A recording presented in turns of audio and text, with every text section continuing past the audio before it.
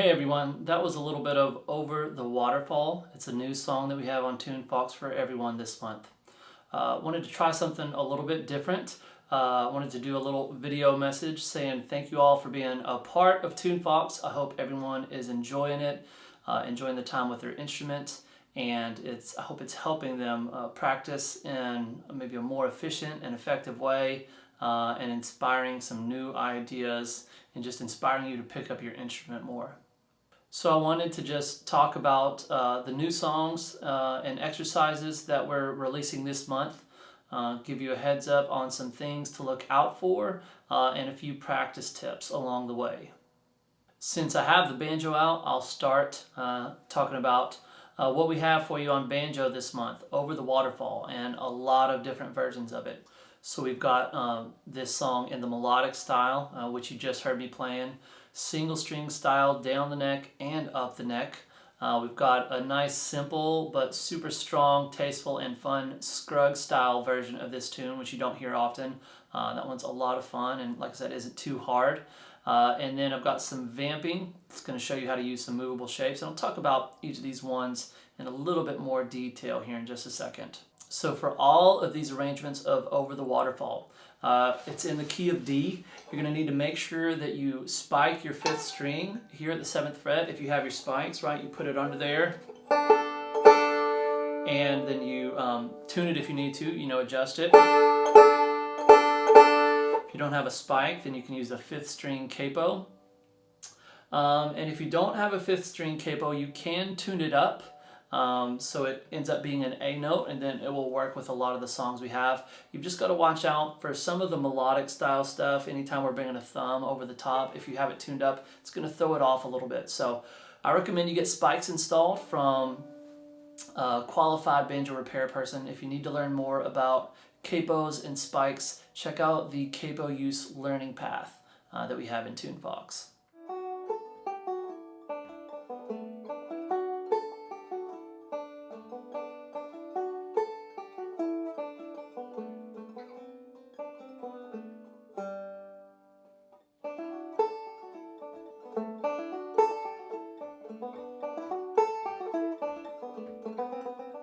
As you could see when I was opening this up, there's one big possible hurdle in this melodic style version of Over the Waterfall, and it's this big stretch that you need when you're playing this basic D melodic scale.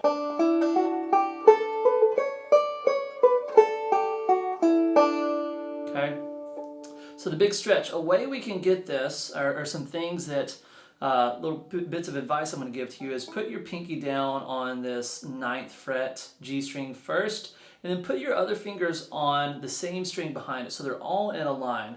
Thumbs behind the neck, elbows in neatly to the side, and then the bottom of the hand, we don't want that too far away from the bottom of the neck. That will get us super bent wrists, which we want to avoid. And then we want to try to reach back with the first finger on its side, right? So you can see my first finger is not going straight on. You see my elbows coming in relaxed, and I'm on the side of the first finger. I can touch the very center of my fingertip right now. So that first finger reaching back on its side is a big key to getting this stretch in the D melodic scale that you need. So if you can handle that stretch without having a super bent wrist or any weird technique hand posture problems, check this one out and make sure to practice your D melodic scale and some of those melodic scale workouts that we have in Tunefox. Use those as a warm-up. The single string version of this one, we're going to be playing out of this bar chord shape kind of.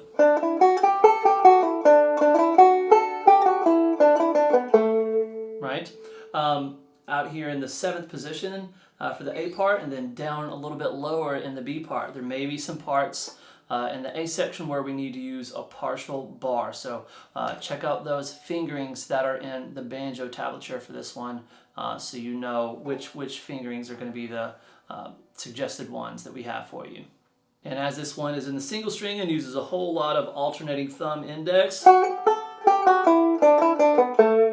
You might want to add the single string mini course and check out the single string 101 in the song list, so you can kind of warm up with just some basic alternating.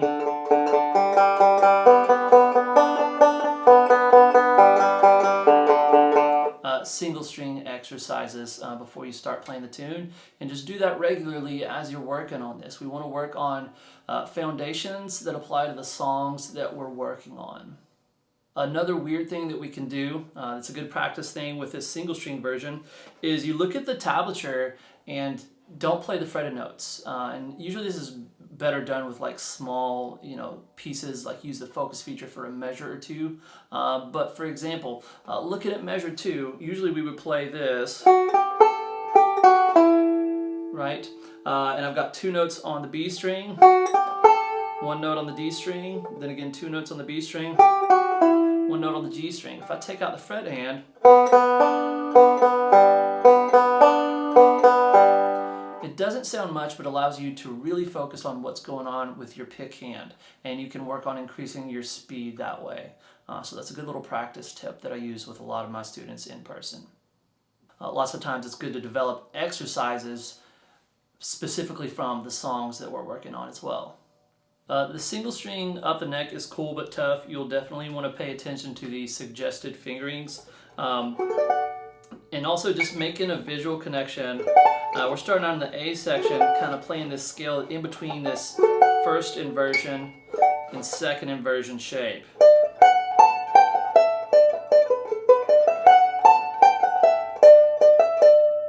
Right? So connecting some of the scale shapes that we see in songs and just in scales in general to chords is a really good thing that can aid us in understanding the song a little bit better, and also will help inform our improvisation as we start to dive into that. In the B part of this one, you're going to shift down here to the 12th fret and 11th position where the first finger's hanging out at the 11th fret, and that's marked in the tablature too. And what you'll just do is slide out of the last note, and we're sliding in to this lower position. So sliding in and out of notes to take care of our position shifts will help us make shifts easier and add a little bit of style and character at the same time. The Scruggs style version of this one, I'm excited about this one. I think this one's really cool and a lot of fun. A lot of the times it's hard to distill the complex melodies of these fiddle tunes into the Scruggs style, but I think this one worked out pretty well, and it's just, I feel like it's very simple and accessible, but a lot of fun. And this one, we're doing a couple things here. We're kind of playing out of this little,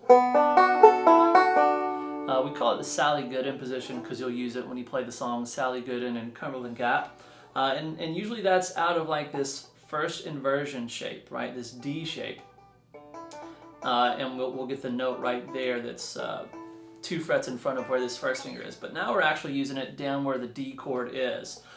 So this one's, like I said, based on some classic hand shapes used in some Sally Gooden, which is like a foundational Scruggs style tune.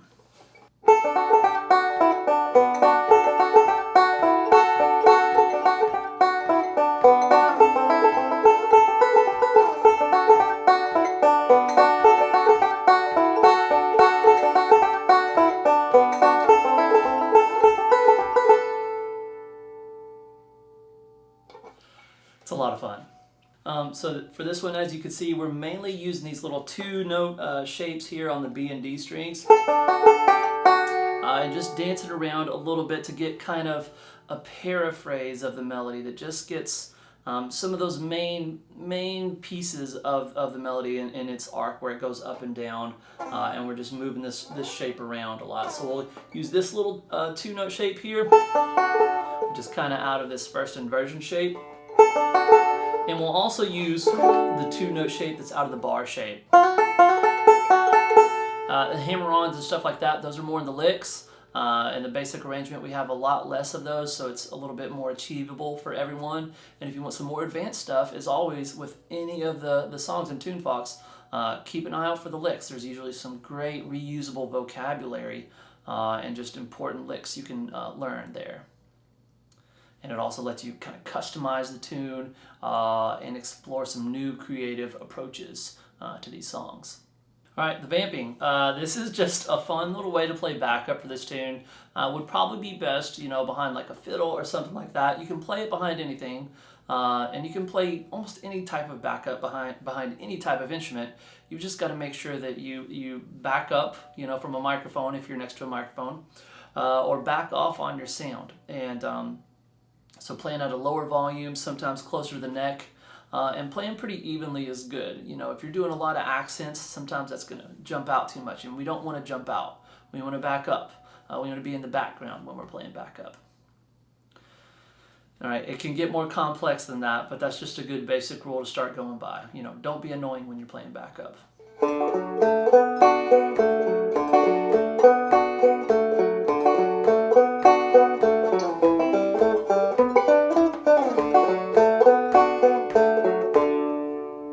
Okay, so in this one, again, working out of this first inversion shape, but also making use of that open D note that we have to connect it. Doing a little bit of pentatonic walking, and as you can see, using the same shape when we go to the C chord, right? A lot of the times we don't think of our basic C chord as being a first inversion shape, but it is, and we can really see that when we go from this, you know, first inversion D shape, and we just slide it back and use the same fingers, almost imagining like you'd have to fret this G string behind the nut there. So using that first inversion shape on the C, and then sliding it up to the G up here, where our first finger is at the 7th fret. And you could hear when I was playing the last note of that little walk over the G chord, slid out, right? It helps me get my shift positions back to where I needed to be, and again added a little bit of style and a little bit of character.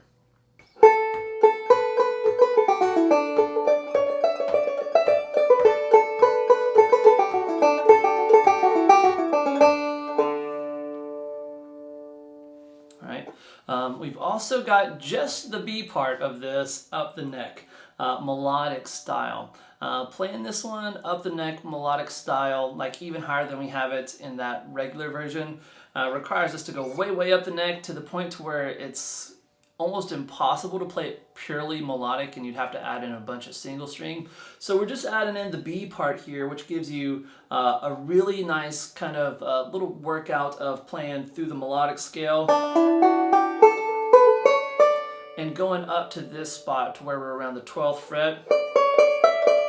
Right, to this spot, it's not easy, but it's a little bit more achievable than playing some stuff way up here, and it's definitely a spot in the melodic scale that's used a lot, right? When we go past where, you know, that 5th string note normally is here on the 7th and 9th frets, we're up here around the 12th and 14th. Again, you can see I was wrapping my thumb over the top there for part of it. It's pretty common in the melodic style, so check out the fingerings that are in the banjo tablature, but also check out the licks. We've got some alternate fingerings that will show you how you could, you know, just use the first finger instead of the thumb if you have trouble wrapping it over the top like that.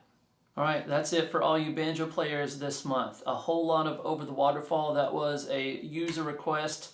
And I decided to do a deep dive here and provide a bunch of different options to interpret this tune, all of which, you know, have some educational value in learning the banjo and learning how to use these different chord shapes and scales with this great tune. All right, I'm going to go over what we have for you on mandolin this month. Walk On Boy, a song normally associated with the guitar and Doc Watson. This was another user request, and we've done a little bit of a deep dive on this one as well. So we've got the melody, down the neck and up the neck. We've got one where we're going to be playing the syllables. This is sort of a secret of the pros a little bit. We learned to play it almost exactly like it's sung, and that's going to help us develop a little bit more of a lyrical sense when it comes to melody. We've also just got, you know, a simple bluegrass style lead, again, down the neck and up the neck. Pentatonic, it's just really based around some pentatonic riffs, right? But also following the arc of the melody, we've got that down the neck and up the neck, and we even have some Doc Watson style leads based off his guitar playing, but, you know, adapted to mandolin, again, down the neck and up the neck. So a lot to dive into here for Walk On Boy on the mandolin this month. There's a lot of cool licks in this one, so make sure to check those out, really dive into it. There's some measures where there might be a pentatonic lick, something simple like this. And then in the same measure, the bluesy lick is going to show you how you can just change one note to get a bluesy sound.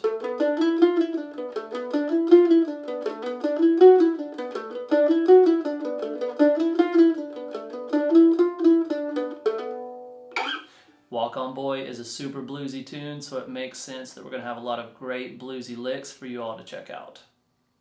This one is in the key of B minor, and I've added a bunch of B minor scales. We've got just the regular B minor. Right, some scales and workouts. We've got B minor pentatonic. Again, scales and workouts, and the B minor blues scale.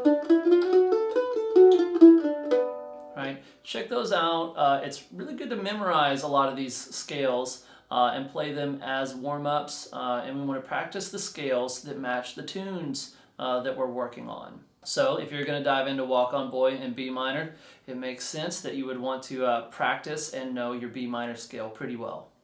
So this one has a swing feel and is played with a swing feel. Make sure to engage that in the playback tab in Tunefox. This is how Doc played it. It's how most people play it. You don't have to have a swing feel, but it helps it give that really groovy, bluesy, and kind of dancing quality to the music. Listen to the song without swing feel engaged, and then listen to it with swing feel engaged, and that will help you better understand the difference between straight timing and swing timing. So I'm going to play, just jam a little bit with some straight timing in the key of B minor using B minor pentatonic, which, by the way, after you memorize your scale, it's good to just play and just make something up with these scales, right? It's a good way to get familiar with it and get the sounds in your ear and get some connections being made between what's happening with your hands and the sounds that you're making with your instrument. So I'm going to play B minor pentatonic jam, straight timing, and then I'll do a swing time jam.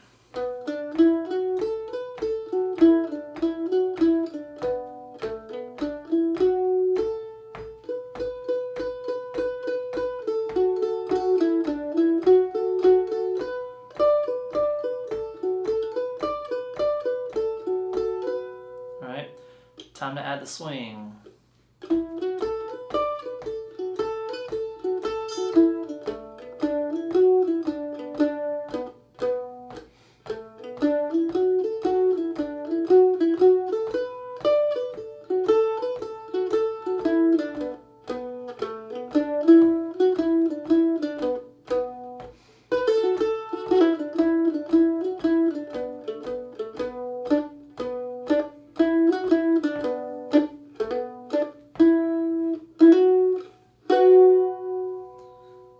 Tune this thing.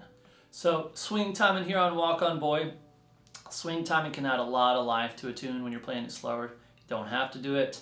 You want to watch out for trying to add swing when you're going really fast. I recently had a discussion with my friend and bandmate about this, and he said his teacher was giving him some advice to take out the swing when you're trying to reach those high speeds.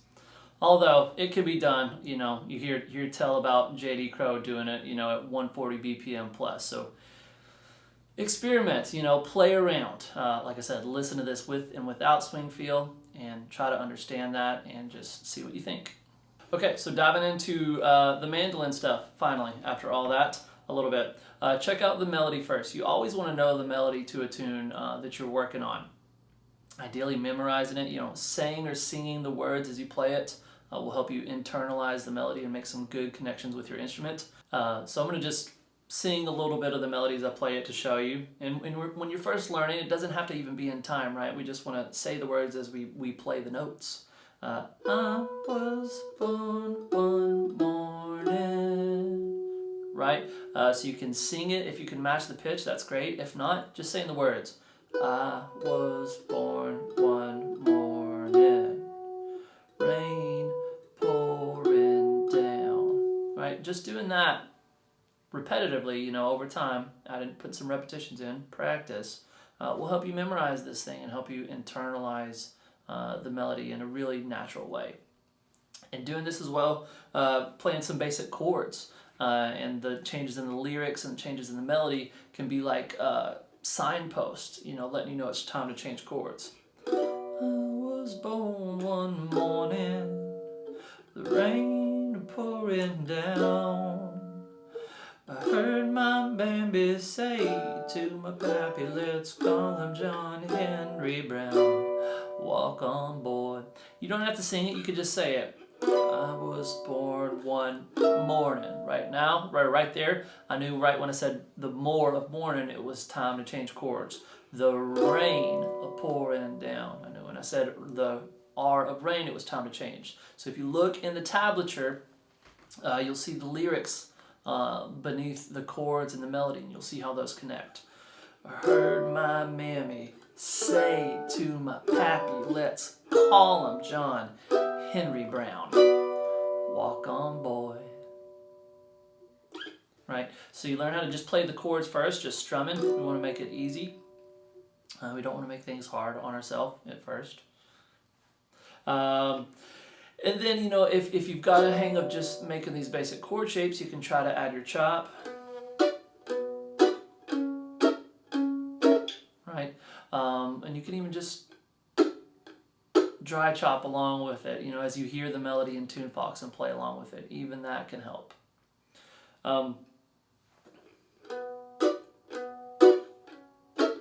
If you don't know how to make these chord shapes, remember, click on the little bubbles, the chord bubbles in the tablature, and it's going to have some pop-up windows that show you chord diagrams and some different ways to play a lot of these chords.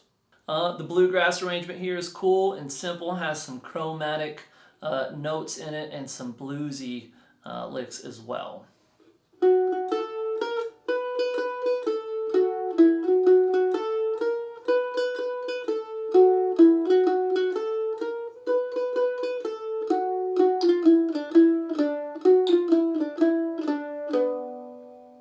Okay, so we got those classic lead-in notes, chromatically walking up to our target note, the first note in the melody. And that one point where we've got the little bluesy lick, we're using the second finger to go from the 4th fret to the 3rd fret. All right, so we're using some basic position playing rules where first finger gets frets 1 and 2, second finger gets frets 3 and 4. Ring would get 5 and 6, although we don't really need that on this song. So starting out right there, giving your second finger a little bit of a workout, but if you check the licks, there's some alternate fingerings that show us how we can add the slide in to make that a little bit easier and maybe a little bit more stylish.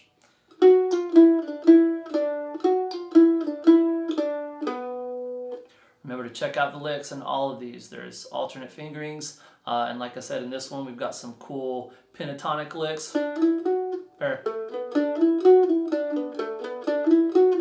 They can turn bluesy with just one note being changed.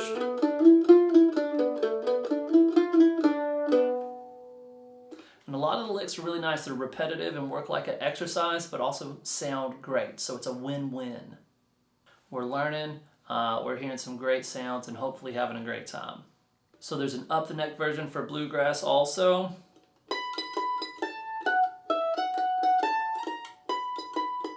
Right?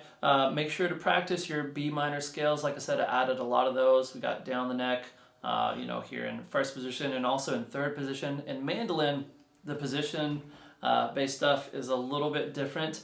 So when I say 3rd position, that doesn't mean my first finger is at the 3rd fret. It means my first finger is at a fret that usually my 3rd finger would occupy when I'm down here low. Okay, so we got some 3rd position scales, and that's what we're in when playing this up the neck, 3rd position. Make sure to check out the fingerings in the tablature and practice the scales that match the song you're working on. So if you're working on an up the neck version, make sure you're practicing an up the neck scale also.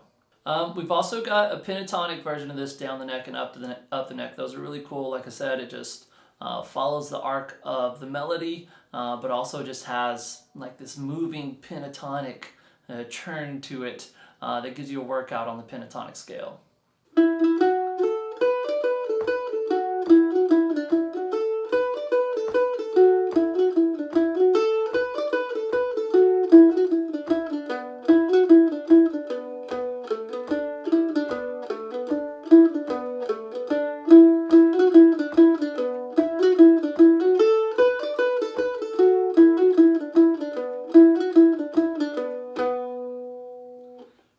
cool if you ask me, and like I said, gives you a lot of great practice on your pentatonics. Remember to check out the licks. There's lots of great variations to be had. And we have this one, as I said, down the neck here and up the neck.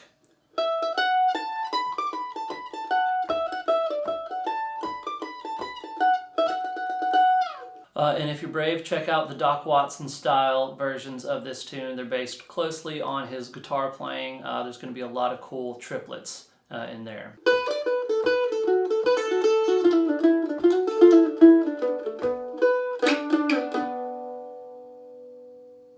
Alright, that's it for mandolin. On to guitar. Okay, we've also got Walk On Boy for guitar, and a lot of different versions of it. We got the melody, down the neck and up the neck. Got one where you'll be playing the syllables, right? Accurately capturing that melody in a lyrical style, you know, pretty close to how someone would sing it. Then we've got a basic bluegrass arrangement, down the neck and up the neck. And we've also got several Doc Watson transcriptions, so they're really almost exactly how he played it for the lead and for some rhythm. Lots of great licks in here for all these different arrangements. Make sure to check those out.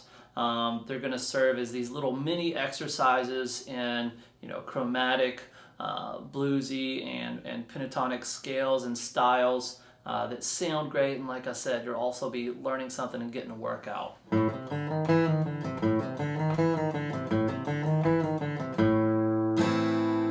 Right, bunch of cool stuff like that. Alright, so this one, we're using A minor shapes for chords and scales, so you definitely want to know your A minor scale, the regular minor scale, the pentatonic scale, and the blues scale are going to all serve you very well. If you have those down memorized and can play them well, it's going to be easier to tackle these songs. So you can check out those A minor scales in the song list. And also, knowing your C major really well, because it shares all the same notes, just has a different starting and stopping point. We've got a very thorough workout, or group of workouts for you if you look in the song list under C major in first position. So as I said, we're using these A minor shapes. But Doc played it Capo 2. Hold on, let me get a Capo.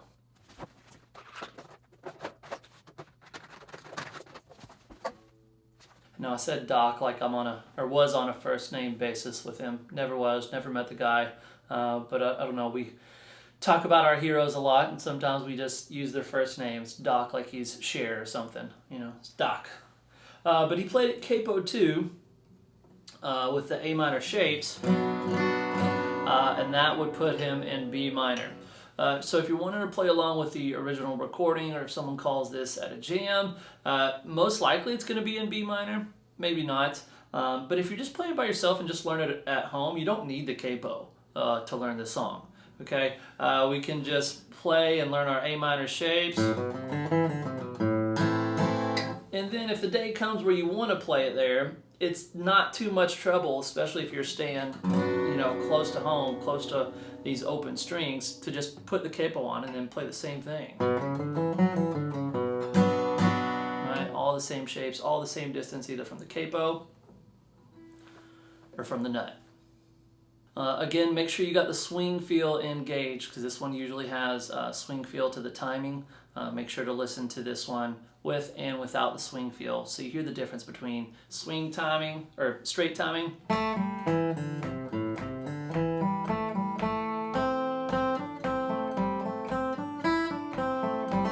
and swing timing.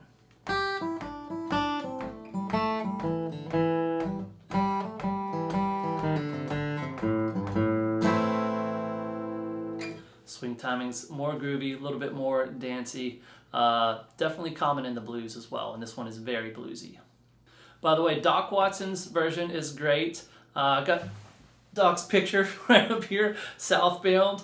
That song was on this album, so definitely listen to Doc's version of this. But also, listen to Mel Tillis's version of this. Him and a guy named Wayne Walker wrote the tune, and oh my gosh, Mel Tillis's voice, you gotta be kidding me. Such a great singer. So check that out if you haven't. And obviously, I love Doc, one of the best voices if I want to feel relaxed and feel at peace, I'll listen to Doc. But check out Mel's version as well if you hadn't heard that. Just going to give a quick overview of the guitar stuff here. Start with the melody. Do the thing like I said to the mandolin players. Say or sing the melody as you're playing it. I was born one morning, rain pouring down. Or just speaking it. I was born one morning. Saying those words as you play these notes can help you memorize it, internalize it, and play it in a more like naturally musical way. And also we need to try to say or sing the words as we play these chord changes. The lyrics and the changes in the melody can be like guideposts and help us remember these chord changes. I was born one morning, right? I knew right when it said morning that we're going to that E7. Look in the guitar tablature, you'll see the lyrics right below the melody notes and the chords.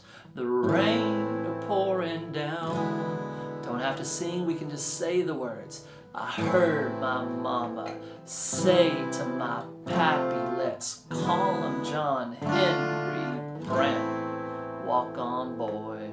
And actually Brown happens right after that last A minor, I was wrong. Heard my mama say to my pappy, let's call him John Henry Brown. Walk on, boy. Okay? And at first we don't even have to do it in time. You can just play, read a little bit, play a little bit, read a little bit, play it a little bit, do it in pieces, kind of stop and start. That's okay. After you get it in time, we do want to work on, trying to get these chord switches in time.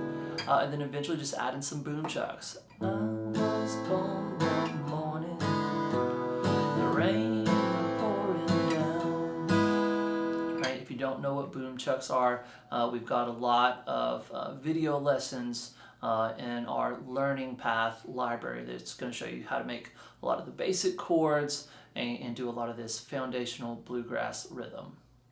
So for a lot of these other versions, just read the descriptions, I could talk all day, but also don't ignore those descriptions. I definitely, put some thought into writing a lot of those, and there's a lot of advice on theory stuff that's happening and some technical advice too, so don't ignore those.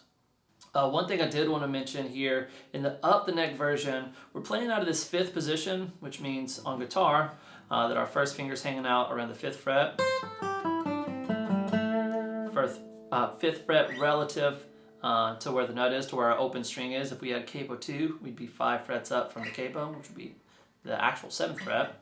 But I'm playing without the Capo because I'm just practicing. Don't need to be worried about capoing if I'm not jamming with anybody. But again, the up the neck version, we're in the 5th position using this minor pentatonic shape, which you need to be practicing if you're working on the up the neck version. But there's one spot where we kind of shift out of this 5th position just for a second, because we're playing a 9th fret note on the B string.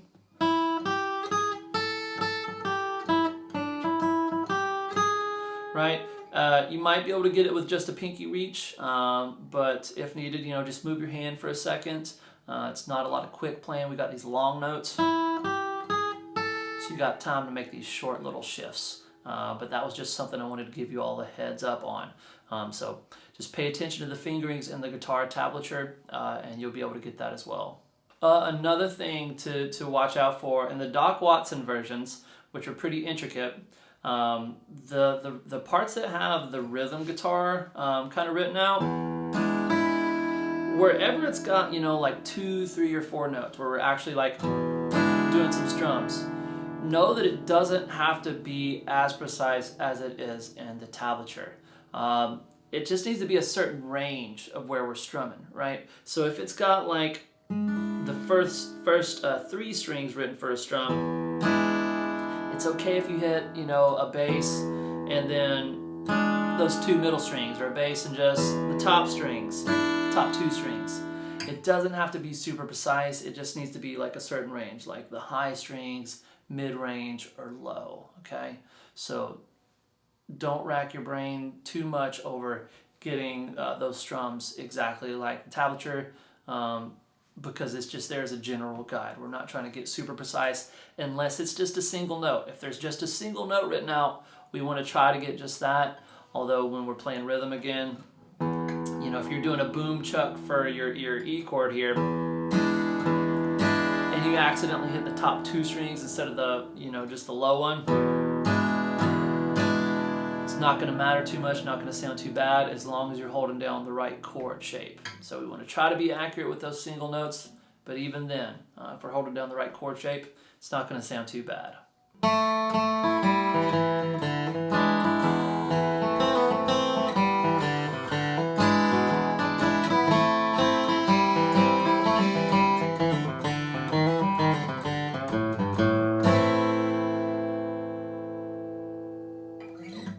Okay, guaranteed some of the chord stuff I was playing there, not as precise as the tablature, but I'm holding down the right chord shapes, getting the right rhythm, and just the general range of what's written for the strums still sounds pretty good. And that swing feel in there. Another thing, there's when Doc would play the F chord, you know, you can watch YouTube videos of him playing, he'd wrap his thumb over the top a lot. I don't really like that. I don't really have the hands for that. Maybe if I had a different guitar neck, it would feel real easier, but I could do that. So if your hand doesn't do that, you can just wrap the thumb over. Or if you're just playing, you know, the F chord shape there, we don't even have to do this full bar chord. You know, we can do this easier version I like to do a lot. And where it might say, you know, do the first fret of the E string in the tab, at that moment, just play another note in the F chord. Okay, it's going to work. It's going to sound good because the F chords is what's being played there. Okay, so the tablature is not the be-all, end-all. It's a starting point for us to just start playing some of these tunes. And it's good to understand that we can play it different and understand ways of how we can play it different. And a lot of that is just going to come from knowing our chord shapes and our scales that we're playing out of. It's going to give us some other options if we can just match the timing of what's going on. All right, on to the Clawhammer Banjo. All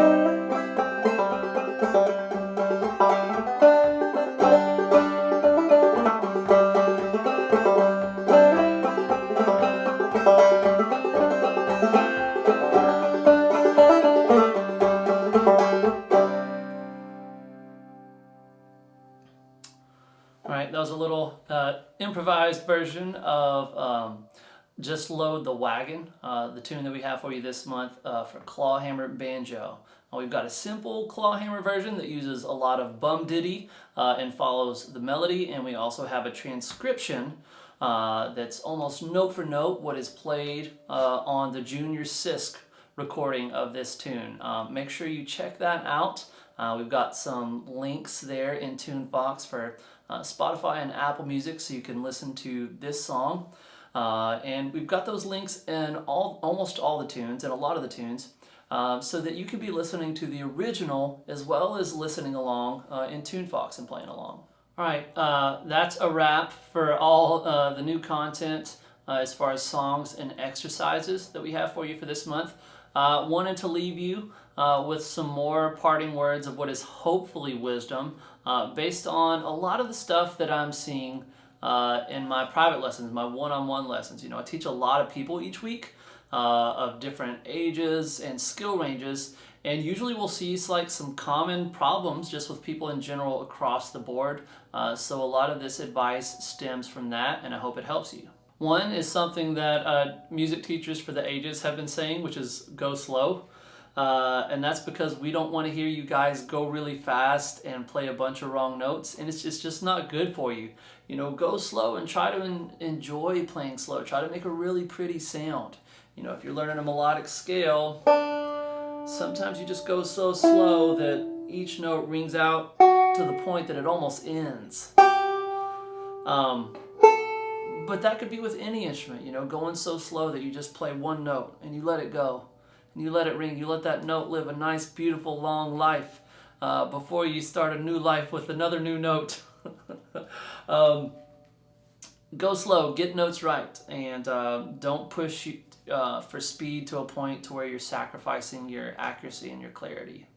Another piece of advice here is just taking breaks. Obviously, sometimes, you know, we play for 30 minutes or an hour, we need to take a break. Stand up, walk, do something, come back to it.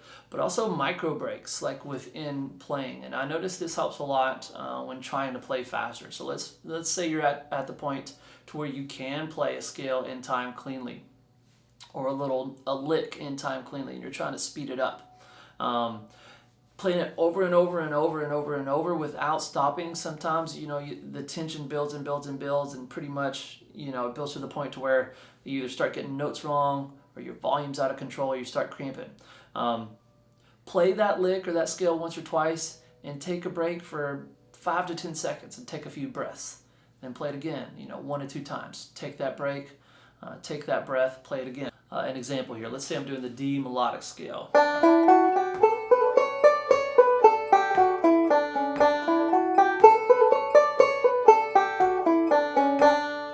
Okay, I got it pretty cleanly there. Let's say I try to speed it up and have some problems.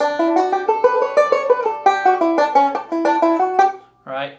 I was starting to hit some wrong notes, and it was starting to feel a little bit out of control. So what I'm going to do is just play it once and then let a few beats go by.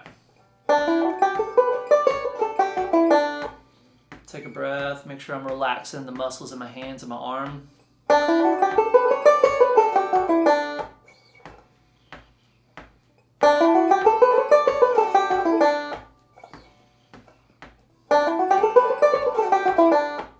Right, it gives you a chance to reset and think. Sometimes when you're just going, you can't relax, you can't think. So take those micro breaks in your playing to help relieve some tension and maybe increase your speed and your accuracy.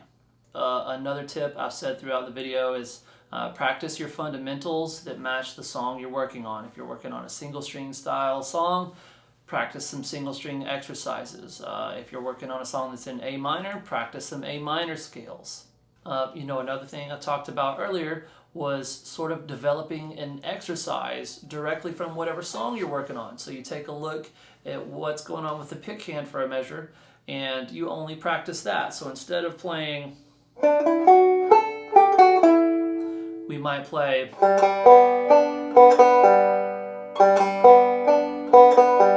and then we do some repetitions just working on the pick hand, right? That helps us get better at just that one hand for that part of the song. So isolating what's going on with the different hands and developing exercises for that can be another tool that you use to improve and get better at a song. Another thing people don't think about is just reading, just reading the tablature and imagining it, and even reading it in time. That gets you thinking in time and imagining those sounds. So we're starting to use our inner ear. It's called audiating.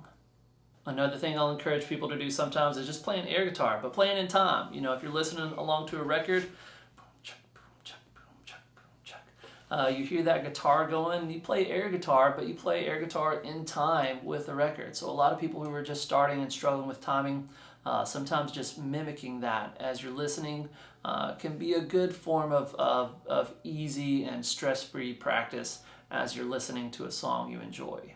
All right, that's a whole lot to munch on content-wise and tips-wise. I hope some of that helped. I hope this stuff is interesting and inspiring for you guys. Please stay in touch. I've loved hearing from some of you guys and responding back and forth, learning about what you guys are working on and just what's going on with everyone has been really cool. So I hope you guys enjoy the content for this month. Keep picking. Stay tuned.